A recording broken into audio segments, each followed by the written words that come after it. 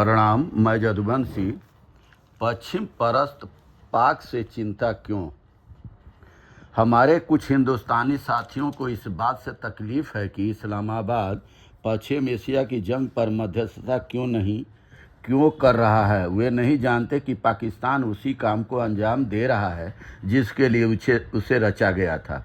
इस तथ्य को जानने और समझने के लिए हमें आज़ादी से पहले के दिनों में लौटना होगा। पाकिस्तान कोई आदिकालीन विचार नहीं है।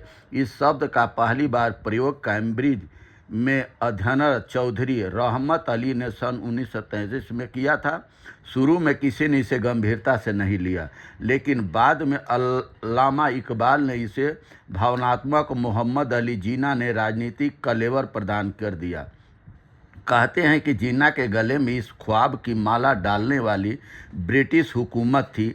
ऐसा न होता तो भला यह कहाँ संभव था कि सिर्फ 14 बरस में हजारों साल पुराने राष्ट्र राज्य के दो टुकड़े हो जाते। ब्रिटिश चाहते थे कि उन्हें सैन्य मानसिकता वाला एक बफर स्टेट इस भूभाग में हासिल हो जाए। यहाँ एक और तथ्य पर ध्यान देना जरूरी है कि सांप्रदायिक खून खराबे के बावजूद भारतीय राजनीतिज्ञों का बहुत पाकिस्तान के पक्ष में नहीं था। लॉर्ड माउंटबेटन दोनों पक्षों को समझाने की कोशिश कर रहे थे, लेकिन भारी बहसबाजी के बावजूद कोई सार्थक नतीजा नहीं निकल रहा था। पाकिस्तानी मूल के स्वीडिश प्रोफेसर इश्तियाक अहमद ने विस्तार से अपनी किताब पाकिस्तान दी गैरिसन स्टेट में लिखा है कि भारतीयों के बीच बढ़ते इस विवाद को सुलझाने में अंग्रेज हुक्मरान नाकाम थे। वे कुछ दिन और भारत को अपने अधीन रखना चाहते थे, लेकिन हालात उनके हाथ से निकलते जा रहे थे। इसी बीच 8 मई 1947 को तत्कालीन ब्रिटिश प्रधानमंत्री क्लेमेंट रिचर्ड इटली के साथ कुछ पूर्व सेनाध्यक्षों और आला कूटनीतिज्ञों की मुलाकात हुई। ये लोग गई जनवरी से अपनी हुकूमत को समझाने की कोशिश कर रहे थे कि भारत स्वभाव से समाजवादी चरित्र का देश है। अगर हमने पाकिस्तान का गठन न किया तो आने वाली वर्षों में सोवियत संघ का प्रभाव हिंद महासागर तक फैल सकता है। यह बर्तानिया के सामरिक और व्यापारिक हितों के लिए प्रतिकूल होगा। 8 मई की यह बैठक फैसलानुकूल साबित हुई। नतीजतन लॉर्ड माउंटबेटन ने 3 जून 1947 को ऑल इंडिया रेडियो पर देश के विभाजन और पाकिस्तान के गठन की घोषणा कर दी। यही वजह है कि पाकिस्तान अपने जन्म के पहले क्षण से पश्चिम की गोद में जा बैठा। उसके छावनीकरण के मूल में भी यही विचार है।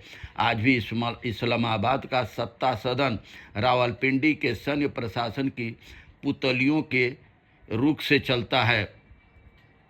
इसके विपरीत भारत ने गुटनिरपेक्षता की नीति अपनाई।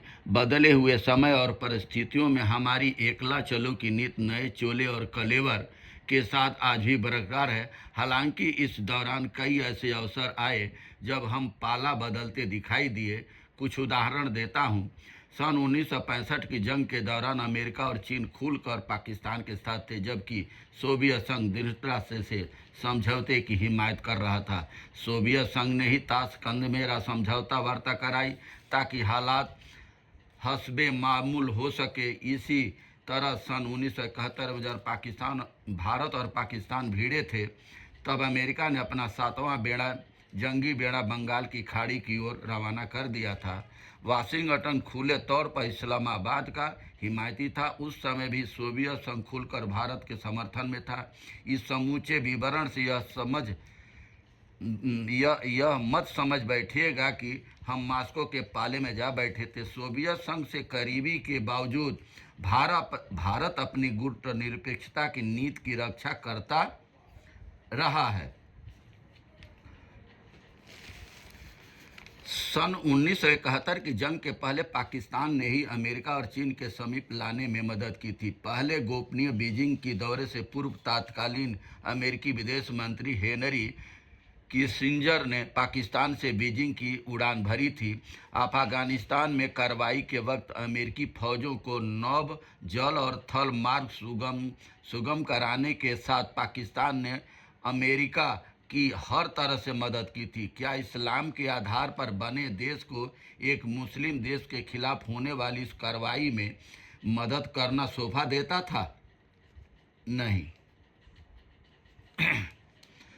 ये ऐसे में जगबंदी की बात भी अगर इस्लामाबाद में होती है तो हैरानी कैसी। यह जग जाहिर है कि इस्लामाबाद की बातचीत किसी शहनवाज शरीफ या असीम मुनीर के प्रभाव की वजह से नहीं हुई। चीन ने ईरान पर दबाव बनाया और निरर्थक युद्ध से बाहर निकलने को आतुर ट्रंप साहब को भी अक्सर अवसर मिल गया। ये सामंतवादी सोच के देश नहीं चाहते कि एशिया में शांति रहे।